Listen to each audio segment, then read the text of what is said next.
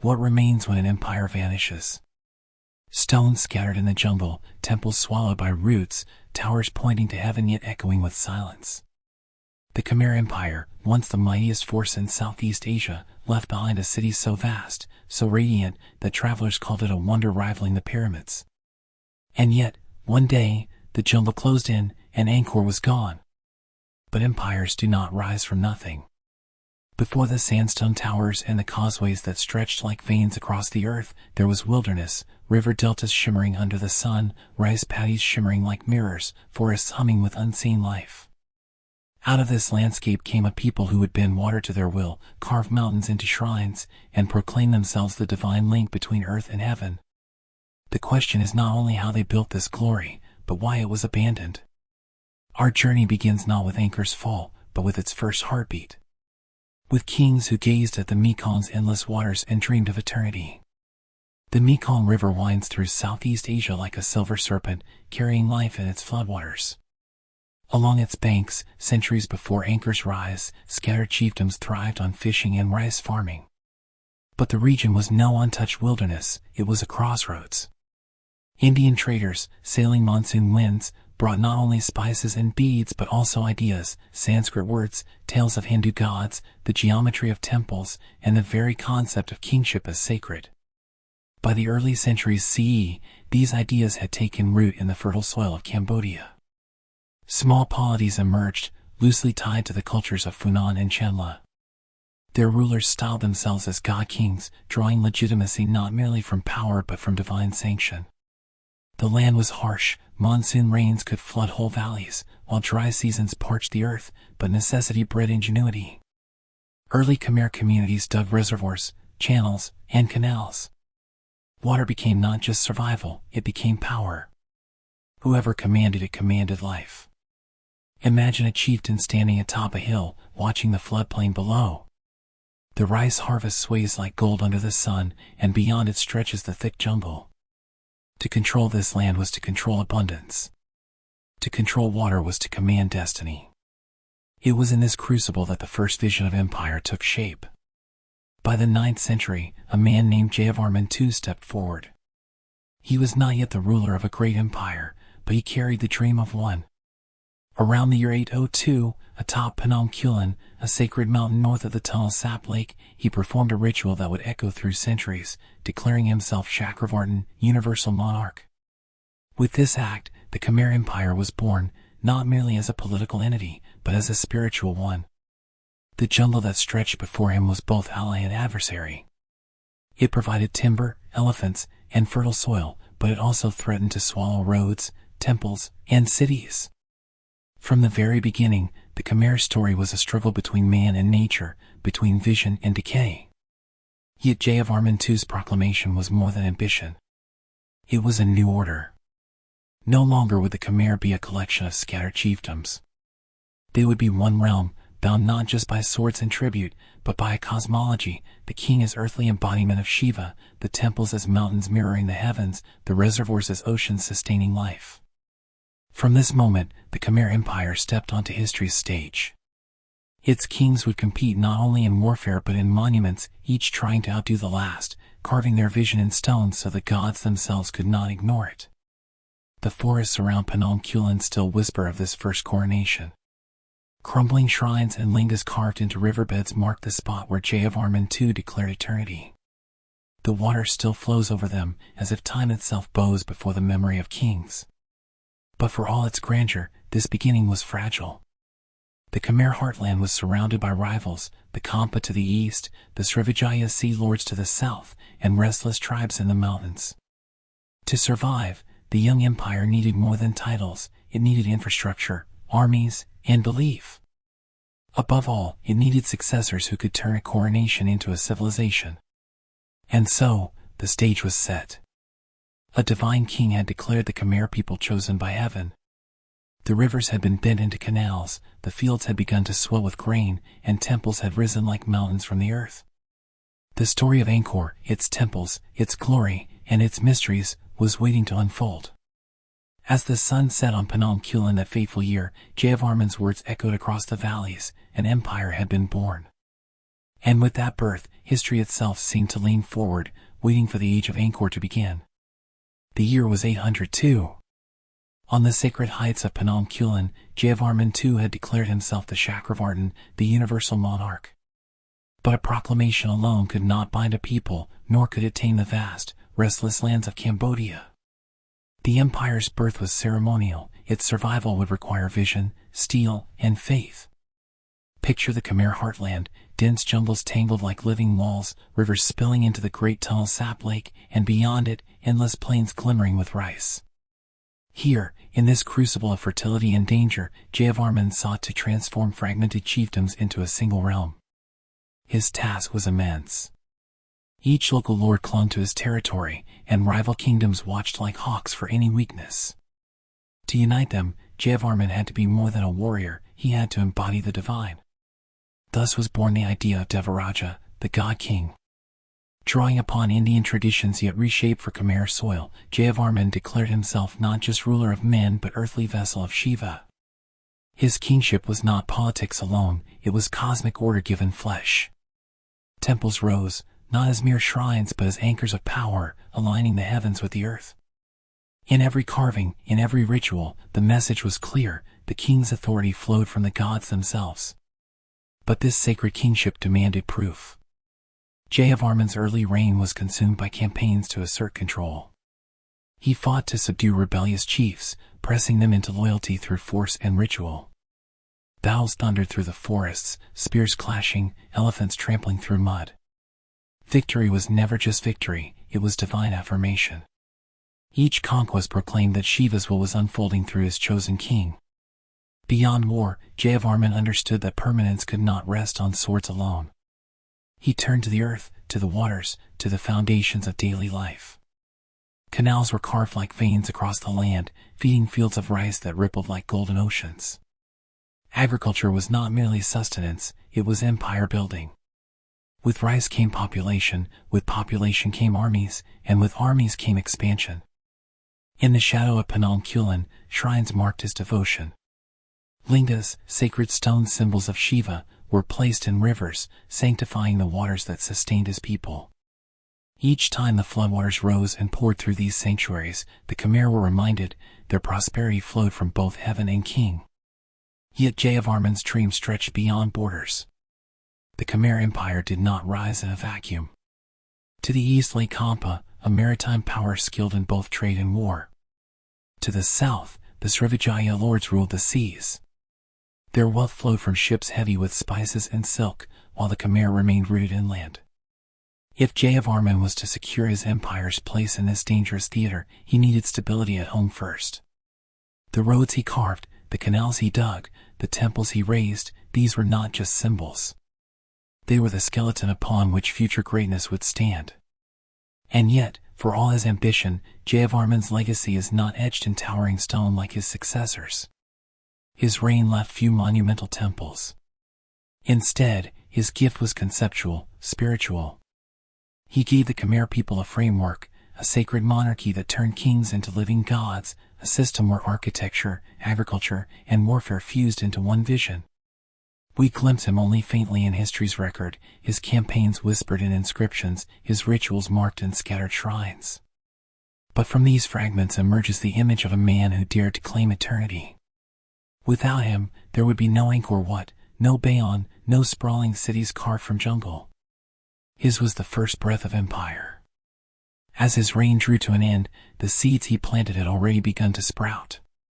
The Khmer were no longer a patchwork of lords and valleys, they were a people bound by divine kingship and a sense of destiny. Jayavarman too passed into history, but his proclamation upon Phnom Kulen did not fade. It lingered in the air, in the soil, in the memory of every temple and reservoir yet to come. His successors would take his vision and expand it, building monuments that touched the skies and empires that would dwarf imagination.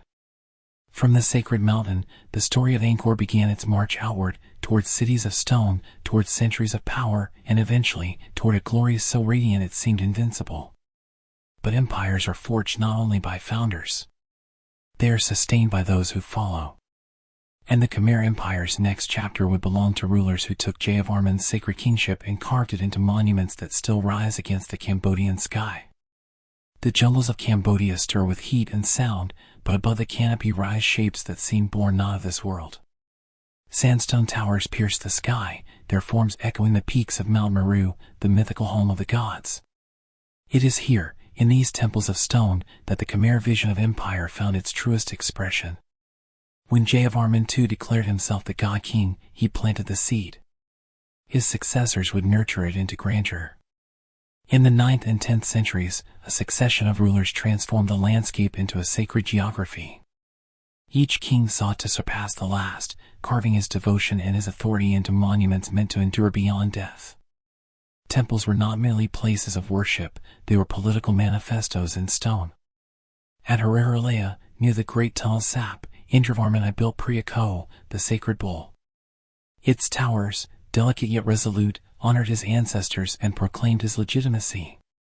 Beside it rose Bekong, the empire's first great pyramid temple, its tiers ascending like steps to heaven.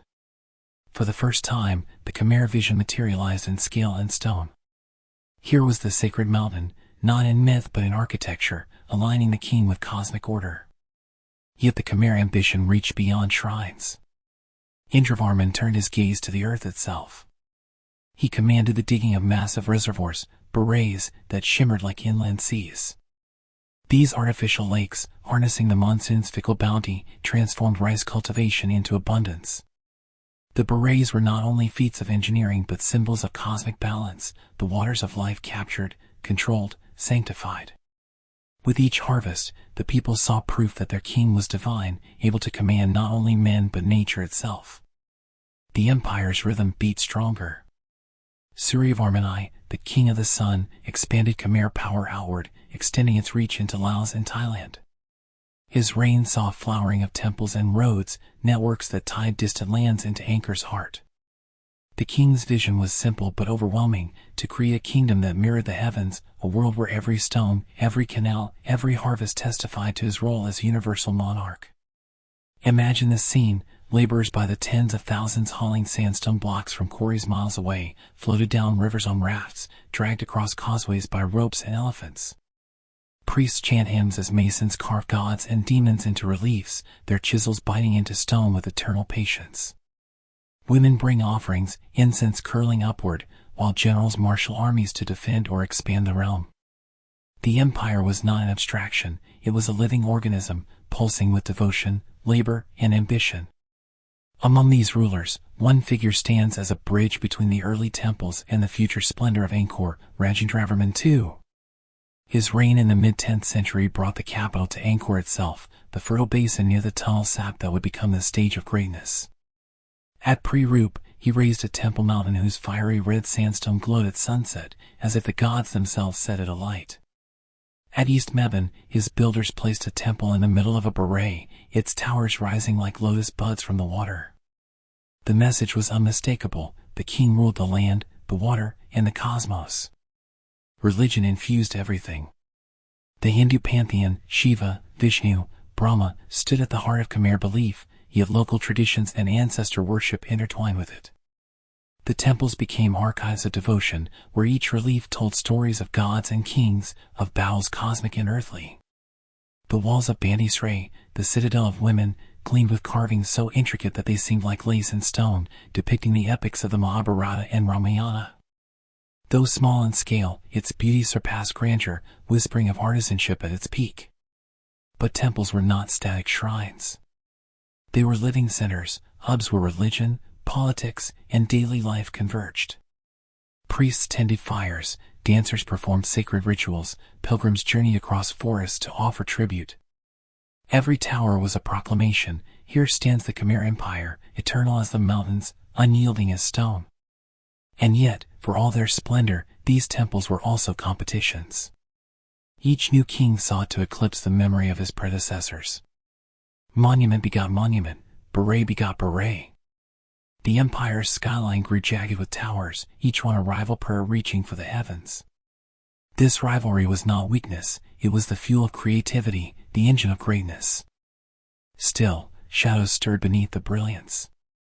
Building demanded labor, and labor demanded loyalty. Farmers who toiled in fields also hauled stone, their sweat binding the empire's foundations. Roads stretched outward, but so too did the reach of war. The Khmer Empire expanded, but every conquest brought resistance, every victory demanded vigilance. By the turn of the 11th century, Angkor was no longer a budding capital but a rising marvel. Reservoirs glistened, temples soared, and kings stood enshrined as gods upon the earth. The empire's foundations, spiritual, agricultural, architectural, were secure. But glory breeds hunger. Each king, enthroned in splendor, dreamed not just of surpassing his predecessors but of building a monument that would silence time itself. And soon, one such king would rise, a ruler whose ambition would outshine them all, and whose legacy would etch itself into the heart of Cambodia forever. The age of Angkor Wat was drawing near. Dawn breaks over Angkor.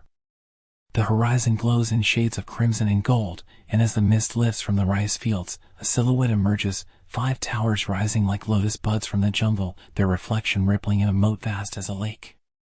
This is Angkor Wat, the masterpiece of the Khmer imagination, the temple that would eclipse all others, a city built not only for men but for gods.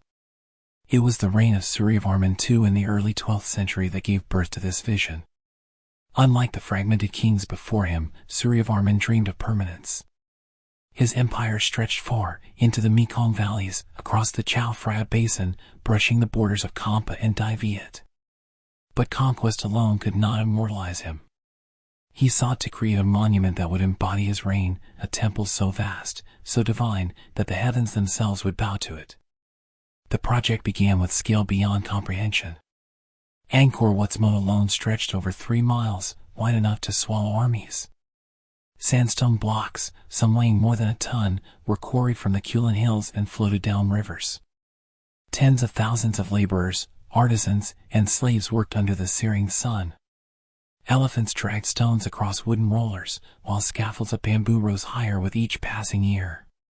This was no ordinary construction, it was a campaign of faith and ambition, a conquest not of land but of eternity.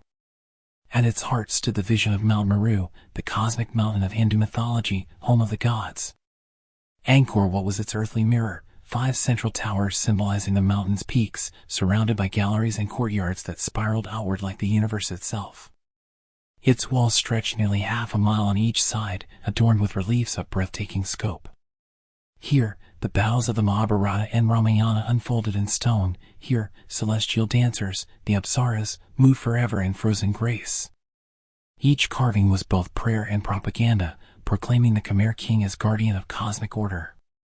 Step inside those galleries, and the carvings come alive. The churning of the ocean of milk stretches across a wall 50 meters long. Gods and demons tugging at a serpent wound around a cosmic mountain, their struggle birthing the elixir of immortality. For the Khmer, this myth was not a story but a metaphor. The king himself was the anchor of harmony, the force that balanced chaos and order. In every relief, Suryavarman II appeared not merely as ruler, but as eternal participant in the divine drama. But Angkor Wat was more than temple. It was fortress, monastery, and capital combined. Its outer walls enclosed nearly 200 acres, filled not only with shrines but libraries, dwellings, and processional avenues. Pilgrims entered through causeways wide as highways, crossing bridges guarded by rows of gods and demons, their expressions locked in eternal contest. As they approached the inner sanctum, their journey mirrored the soul's ascent from the mundane world to the divine summit of Mount Meru. And yet, amid this grandeur, the temple bore a paradox. Though dedicated to Vishnu, the preserver, its corridors held hints of something deeper, the tomb of a king. Angkor Wat's orientation westward, toward the setting sun, toward death, suggests it was both shrine and mausoleum. Here, Suryavarman II sought to live forever, not in flesh but in stone, enthroned as God and man united. The empire around him reflected this ambition. Angkor Wat was not isolated, it was centerpiece to a network of reservoirs, canals, and roads that turned the jungle into a living machine. The Great West Baray, for miles long, shimmered like an inland sea, feeding the fields that sustained hundreds of thousands. The temple and the city were inseparable, one proclaimed divine order, the other enacted it through agriculture and governance. Together they formed a civilization of staggering complexity. To stand within Angkor Wat at its height must have been overwhelming. Imagine the processions, thousands of priests chanting hymns, dancers moving in waves of silk, incense thick in the air. The king himself, cloaked in gold, ascends the central tower, offerings of lotus and fire in his hands. Around him, the people bow, seeing not a man but Vishnu incarnate. The temple's walls glowed in torchlight, the moat mirrored the stars, and the entire city became a theater of eternity. But even as Angkor Wat reached toward heaven, shadows lengthened on the horizon. To the east, Kampa watched with envy. To the north, Dai Viet grew restless. Beyond the seas, new powers stirred in trade and war. The Khmer Empire, for all its might, was not alone in ambition. Its monuments proclaimed invincibility, but its borders whispered fragility. Suryavarman II himself would not live to see Angkor Wat completed. He died, likely in battle, his body perhaps interred within the temple he had envisioned as eternal sanctuary. His successors finished the work, but without his guiding hand, the empire faltered. Rivalries grew, enemies struck, and the temple that symbolized eternity became also a reminder of impermanence. Yet Angkor Wat endured. Its towers still rise above the jungle, its reliefs still speak, its moat still mirrors the sky. Even abandoned, even weathered, it refused to die. It became Cambodia's eternal heartbeat, a monument that carried the memory of kings long after their empires crumbled. And so, with Angkor Wat, the Khmer Empire reached its zenith. Never before, and never again, would their ambition find such perfect expression in stone. But history is never static.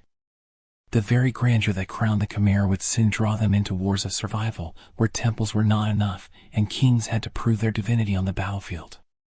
The empire had built a city for the gods. Now it would face the trials of men. The 12th century dawned with the Khmer Empire at its peak. From the mist-shrouded mountains of Laos to the fertile plains of Thailand, from the shores of the South China Sea to the jungles of Vietnam, Angkor's reach stretched wide. Roads cut through forests like arteries, linking distant provinces to the empire's beating heart. Caravans carried rice, tribute, and soldiers along causeways lined with stone bridges, each one guarded by rows of gods and demons. The Khmer realm was not only vast, it was alive, pulsing with wealth and power. At the center of this world stood Angkor itself, a city unlike any other on earth. Its population may have swelled to 1 million, making it one of the largest cities of its time, larger than London or Paris. The skyline glittered with towers and spires, each a miniature Mount Meru, each a proclamation of divine kingship. The air rang with the chants of monks, the clatter of markets, the thunder of elephants. Angkor was a metropolis of stone and water, faith and ambition, a civilization built on the fusion of spirituality and engineering. The key to this prosperity was mastery of the environment. The Khmer had turned the capricious monsoon into servant rather than master. Reservoirs the size of seas gathered floodwaters, canals carried them to distant fields, and rice harvests fed armies and artisans alike. The great berets shimmered under the sun, artificial oceans that reflected the temples rising on their banks.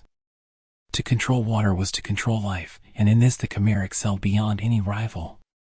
But it was not engineering alone that made Angkor thrive. Religion bound the empire together. Vishnu, Shiva, and the pantheon of Hindu deities reigned in temples that doubled as political statements. Each king sought to inscribe his vision of the cosmos upon the earth. Suryavarman II had carved Angkor Wat as the eternal mirror of Mount Meru. His successors added to the skyline with temples, monasteries, and shrines that proclaimed their piety and their authority. In every carving, in every Apsara dancer, the empire's ideology came alive. The king is divine, the people is chosen, the land is sacred. Beyond its borders, the Khmer Empire projected power with armies of elephants and fleets of river boats. Kampa, to the east, often bore the brunt of this ambition. Khmer armies thundered into its valleys, seizing tribute, sacking cities, and dragging spoils back to Angkor. Inscriptions boast of victories where entire kingdoms bent the knee. Yet these wars were not only about conquest, they were about legitimacy. Every campaign reaffirmed the king's cosmic role as defender of order, destroyer of chaos. Inside the capital, daily life reflected this grandeur. Markets spilled over with rice, spices, pottery, silk, and bronze. Artisans carved delicate reliefs, their chisels shaping both gods and history into stone. Dancers trained from childhood performed at court, their movements offerings to the gods, their grace embodying celestial beauty. Farmers in the surrounding plains toiled to feed the city, their labor invisible yet indispensable. The empire was a pyramid of effort, countless hands supporting the divine king who crowned its peak. To walk through Angkor in these years would have been to witness a world at its height. Imagine crossing a causeway lined with Naga serpents, entering vast courtyards where incense smoke curls into the sky. Musicians play drums and flutes, children run through corridors of carved stone, monks file in saffron robes toward shrines echoing with chants. At night, the city glows with torchlight, reflected in moats and canals, while the stars above seem to answer the towers of Angkor Wat below. And yet, even in this golden age, cracks began to show. The very system that sustained the empire was fragile. The berets required constant upkeep, their canals demanded labor, their dikes strained under the burden of floods. A single failure could ripple outward, threatening harvests, armies, and stability.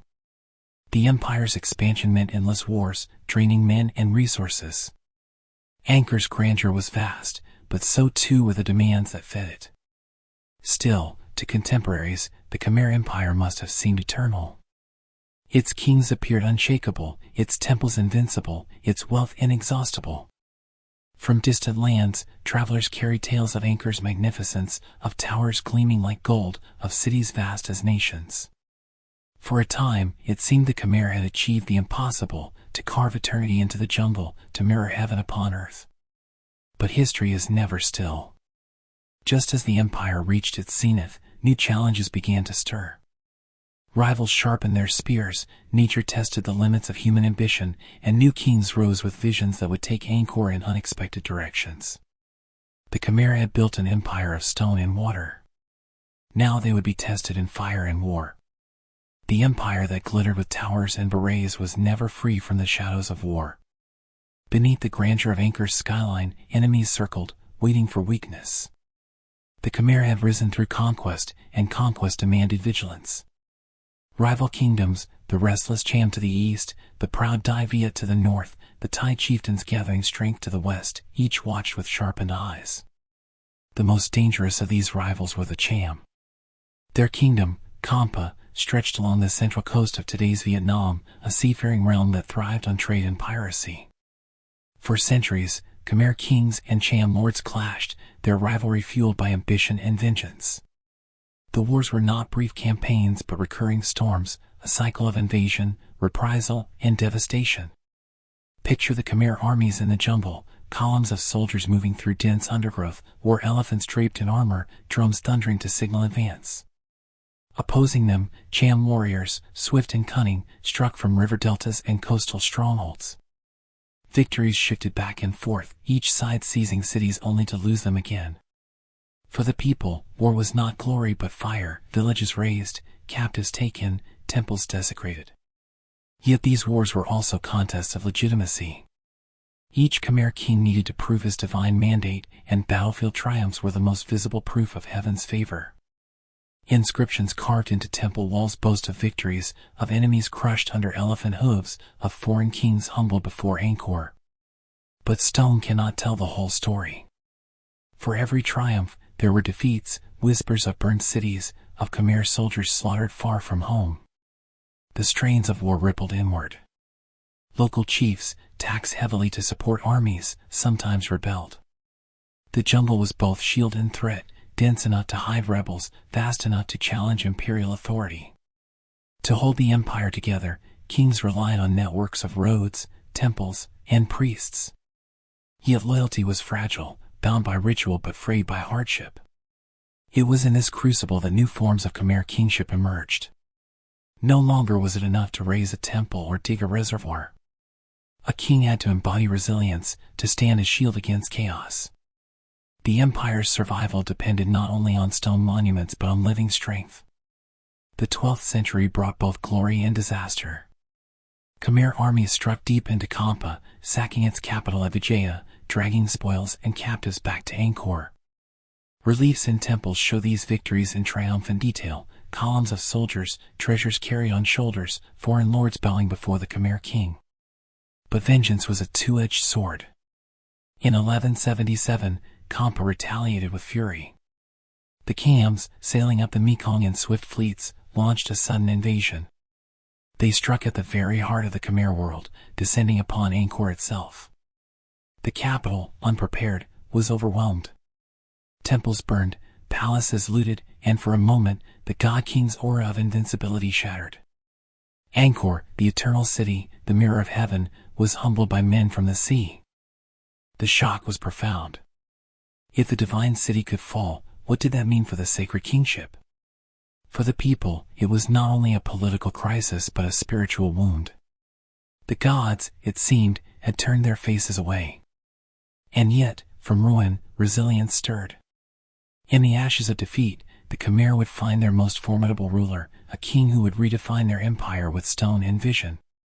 Jayavarman VII, the monarch who rose from this chaos, would rebuild Angkor not as it was, but as something greater, an empire carved with compassion as well as ambition, temples that bore not only the grandeur of gods but the faces of men. The wars with Kampa revealed the fragility of Khmer might, but they also forged the steel of survival. Rivalry and rebellion were not the empire's undoing, they were its testing ground. The stage was set for the rise of a king who would turn defeat into triumph, who would lead Angkor into its most extraordinary chapter. The Bayon's watchful faces waited in stone, ready to witness his vision. The ruins of war still smoldered when Jayavarman VII ascended the throne.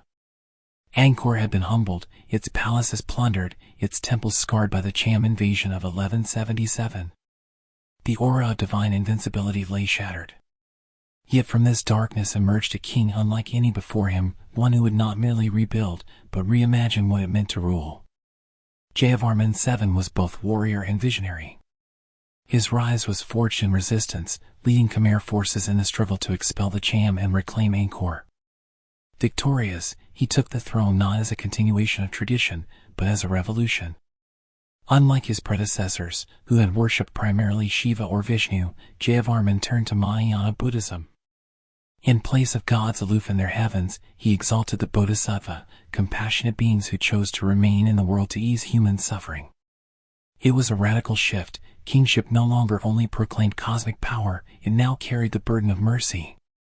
This vision took shape in stone at the Bayon, the temple that would stand at the heart of his capital. Step into its shadow, and one is met by faces, hundreds of serene, enigmatic visages carved into towers that rise like a forest of stone. Smiling, calm, all-seeing, they watch from every angle. Scholars debate their meaning. Are they the faces of Avalokiteshvara, the Bodhisattva of compassion? Or are they Jayavarman's own features, merged with divinity? Perhaps they are both, a king who became the embodiment of mercy, gazing endlessly over his people. Around the Bayon, Jayavarman built Angkor Thom, the great city, enclosed by massive walls and moats. Gates lined with colossal stone guardians greedy travelers, each one clutching the body of a Naga serpent in an eternal tug-of-war between gods and demons. Within these walls, temples, palaces, and markets bustled anew. After the devastation of invasion, Angkor rose again, larger, stronger, more magnificent than before. But Jayavarman's vision extended far beyond grandeur. He was not content to build for glory alone.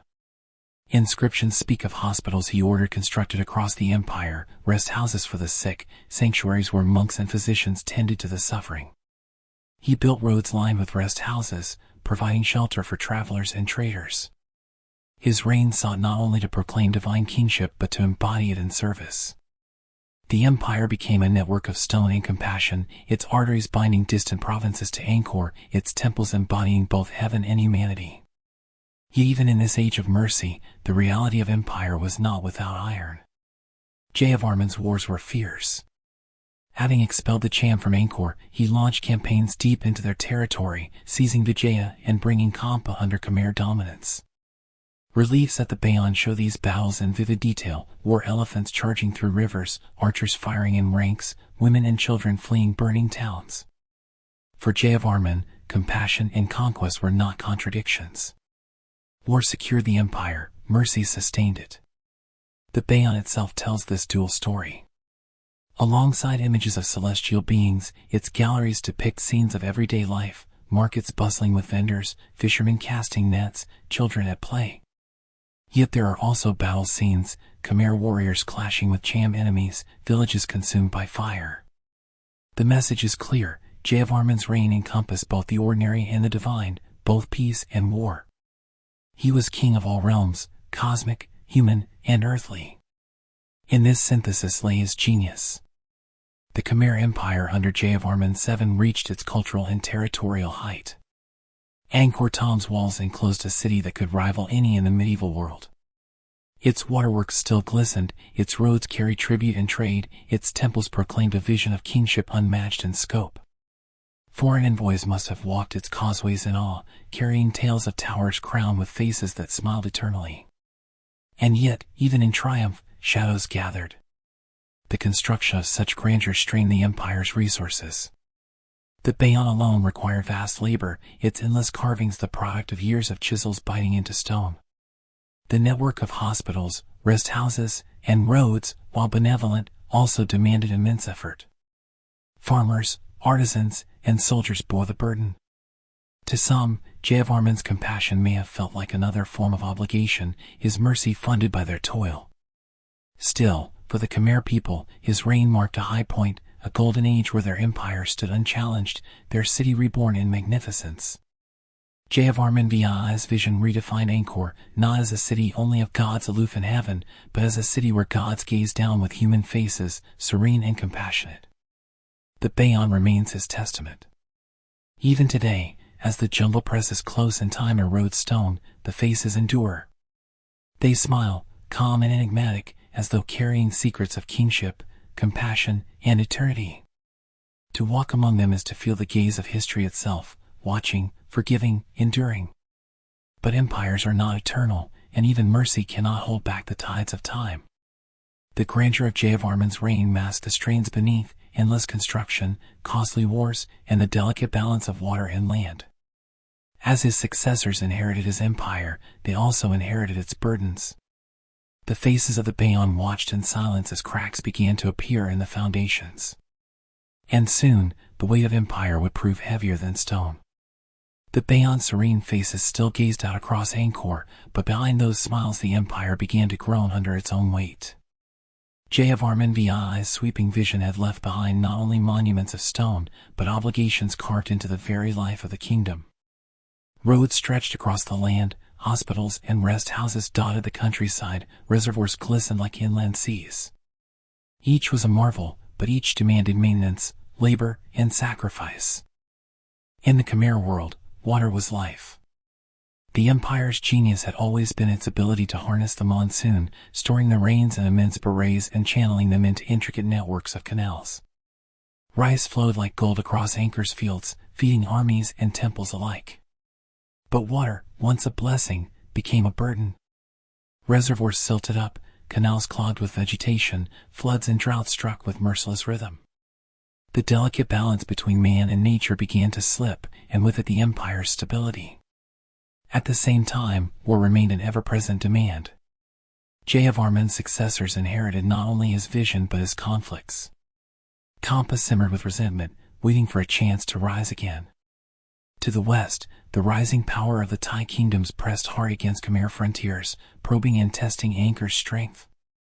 Armies marched out year after year, elephants carrying warriors into foreign lands, yet each campaign drained men and grain from the heartland. Victories were fleeting, defeats more costly. The Bayon's bas-reliefs record not only triumphs but anxieties. Alongside depictions of bustling markets and scenes of Buddhist compassion appear darker images: prisoners dragged in chains, soldiers marching through exhausted villages, rivers choked with corpses. These were not just artistic flourishes, they were warnings etched in stone, reminders of the price of empire. Meanwhile, the strain of faith added another layer of tension.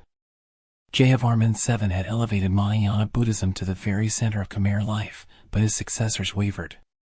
Some returned to the old Hindi traditions, others shifted toward Theravada Buddhism carried by monks from Sri Lanka. Temples once dedicated to bodhisattvas were rededicated, images of the compassionate king's vision altered or erased. In Angkor's sacred spaces, gods themselves seemed to quarrel, and the unity of belief fractured. Amid this turmoil, ordinary life carried on in the shadow of grandeur. Farmers bent under the sun, coaxing rice from weary soil. Traders still moved along the great roads, stopping at rest houses built generations before. Monks recited prayers in monasteries, their chants echoing softly in stone halls where the faces of Bayon smiled above. But beneath the rhythms of daily life, a quiet unease grew. The empire had stretched itself too far, and every pillar, war, water, and faith shook beneath the strain. The turning of the 13th century brought further trials. The Mongols, sweeping across Asia like a tempest, cast their shadow even over Southeast Asia. The Khmer court, though spared the full fury of their conquest, was forced to acknowledge this distant storm. Envoys were sent, tribute offered, a gesture of submission to avoid destruction. For an empire that had once claimed cosmic invincibility, the act was a wound to pride.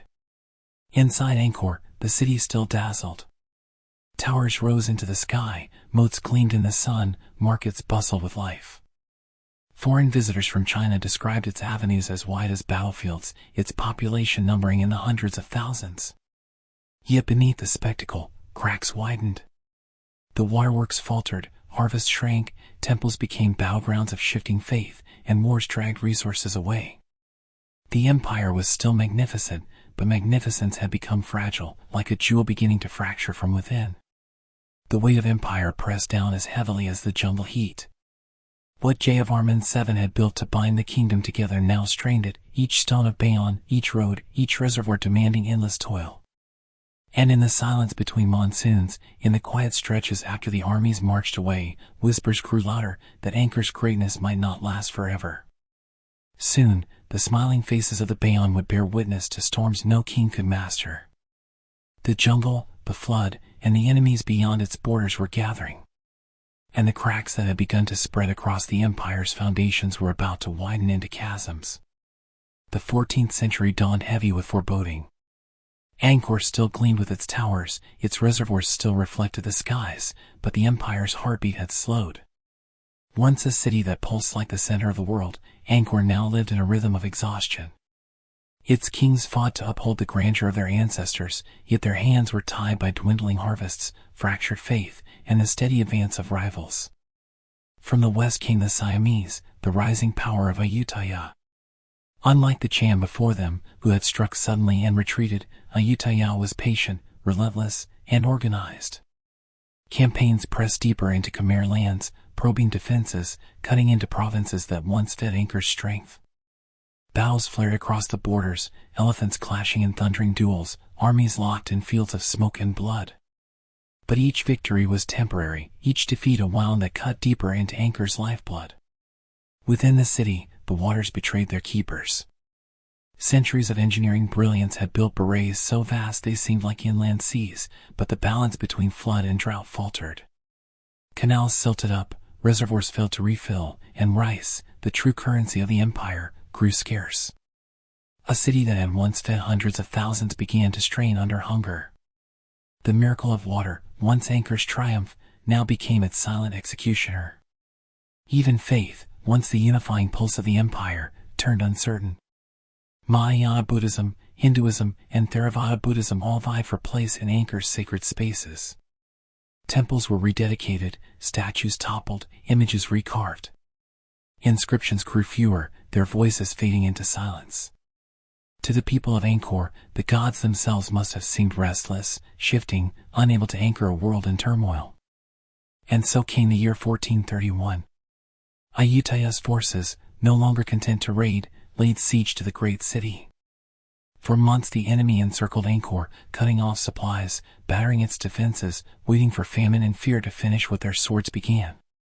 Inside the walls, hunger gnawed, despair thickened.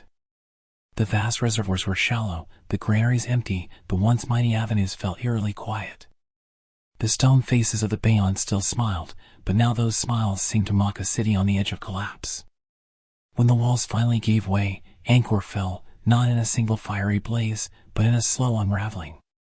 Its treasures were plundered, its people scattered, its palaces left hollow.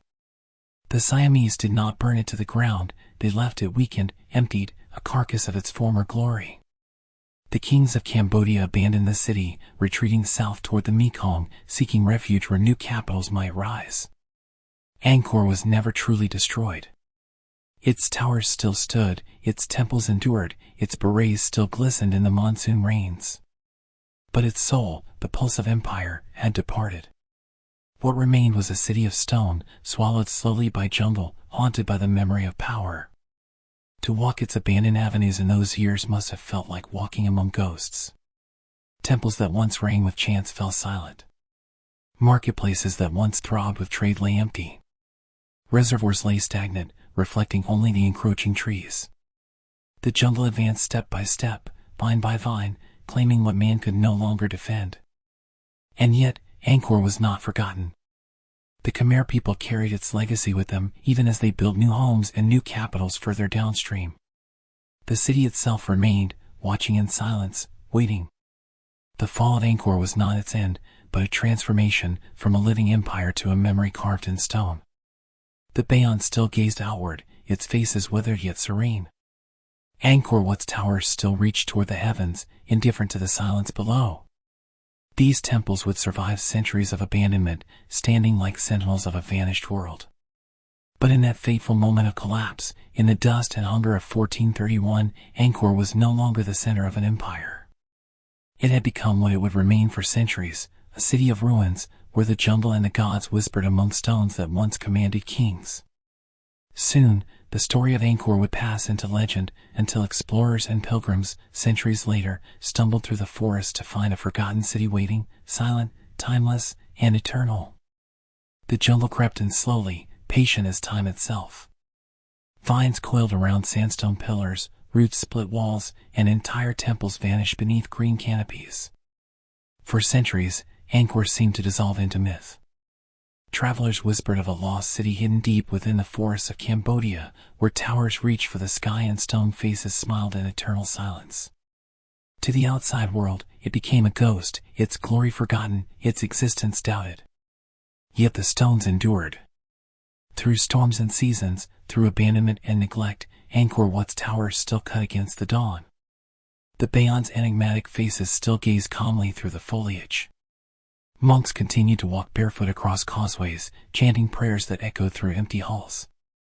Even in ruin, Angkor was alive, a monument too vast, too sacred, too deeply carved into the land to ever truly vanish. By the 16th century, Cambodian kings occasionally returned, offering patronage, restoring temples, even crowning Angkor Wat with new devotion. But Angkor was no longer the seat of power. It had become a sacred relic, a place of pilgrimage rather than empire. The heart of the Khmer kingdom had shifted downstream, leaving the great city as a memory etched into stone and jungle. When Europeans arrived in Southeast Asia, tales of a vast forgotten city reached their ears. In the 19th century, French explorers pushed through the forests and came face to face with the ruins. Their words, filled with awe, carried Angkor back into global consciousness. They wrote of avenues wider than Parisian boulevards, of towers rivaling cathedrals, of a city that seemed less the work of men than of gods. The world rediscovered Angkor, not as a living capital, but as a wonder of human civilization. Restoration followed, though always shadowed by the scale of decay. Archaeologists, historians, and engineers worked to clear the jungle, stabilize collapsing towers, and preserve fragile carvings. Yet even their efforts seemed humble compared to the enormity of Angkor. Each stone block weighed like centuries, each carving bore the marks of 1,000 years of devotion. For the Cambodian people, Angkor was never merely a ruin. It was heritage, pride, and identity. Through centuries of hardship, invasion, and colonization, Angkor Wat remained a symbol of resilience. When the modern nation of Cambodia sought its flag, it chose not a king, not a soldier, but Angkor Wat, the temple rising against the sky, as its emblem. And yet, Angkor's endurance has not been without pain. In the 20th century, as wars and revolutions tore Cambodia apart, Angkor once again became a silent witness. Soldiers patrolled its causeways, bullets scarred its walls, mines littered the forest paths.